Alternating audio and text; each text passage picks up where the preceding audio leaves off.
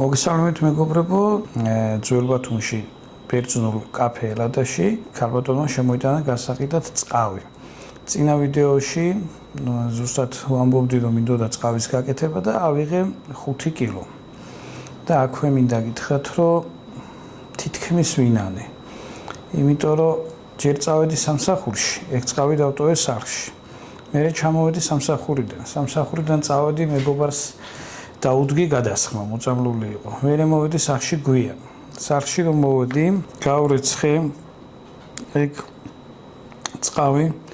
მერე ჩემდას გამოვართვი ამის გამოსაკურკი აპარატია რაღაც, მაგრამ რომ მინდოდა ისე ვერ გამომივიდა, იმიტომ რომ რაღაც უნდა გადაეგდო ეგ გამოსუფთავებული მასა და მომიწია მე თითო ხელით ამის ამოწმინდა.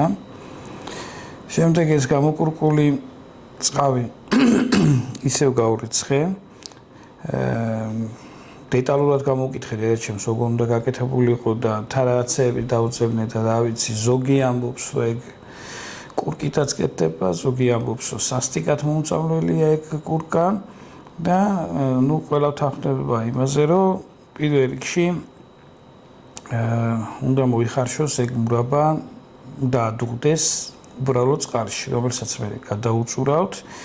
გადაწურის მერე რომ გადმოვდგი მურაბა არის რაღაც სახეზე, თლად კაი შესახედი არ იყო. ამის შემდეგ მომამზადე სიროფი, წყალში გავაკეთე შაქრის სიროფი. პროპორციას გეტყვით რა გამომივიდა. 5 კილოდან გამოვარჩიე. ცოტა დამიზარასავით ელენიკო დამეხმარა ჩემი დიშვილი ძალიან, თორე საერთოდ ვერ გავაკეთებდი, ისე დავიღალე. რაც ოდნავ მოჭლეტილი იყო და გახსნილი ყველა გადავყარეთ და 5 კილოდან გამოკურკული მასა დამჭა 3.5 კილო დაახლოებით, რომელსაც პროპორციულად გავუკეთე 2 კილო და 800 შაქარი თავისი წყლით. მომამზადე სიროფი ცალკე ავადუღეთ და მე აი ჩემ გამოკურკულ და ერთჯერ კიდე გარეცხილ მასას ზევიდან დავასხით ეს სიროფი და ავადუღე. აი ეს ადუღება რომ დასრულდა, ეს უკვე იყო დაახლოებით ღამის 3 საათი და მოვეშვი. ამის შემდეგ დილით ავდექი 7 საათზე, წავედი ქედაში. რაღაც ობიექტები, სამშენებლო ობიექტები მქონდა დასათვალიერებელი. ჩამოვედი ბათუმში, გავუარე მეგობარს და მეორე გადასხმა დაუდგი, მოკლედ ეგ უკვე მეორე დღე. გუშინ მოვედი სახლში და ეს ჩემს გამზადებული დამახვედრა ქილები და ყველაფერი, რომ ბევრი არ მეწვალა, დაახლოებით 40 წუთი იდუღა მურაბა. შემდეგ უკვე გასინჯვის პროცესი ამიხსნა დედაჩემმა, როგორ უნდა გამესინჯა, ესე იგი ესეთი კოვზით, როცა უკვე მასა ადუღებულია, უნდა გასინჯო, რომ წვეთი ძალიან მალე არ ჩამოვარდეს და მაშინ ყოფილა ეგ მზად რა. მერე გადავიტანეთ ეს ყველაფერი ქილებში და ხელით სრობელი იყო.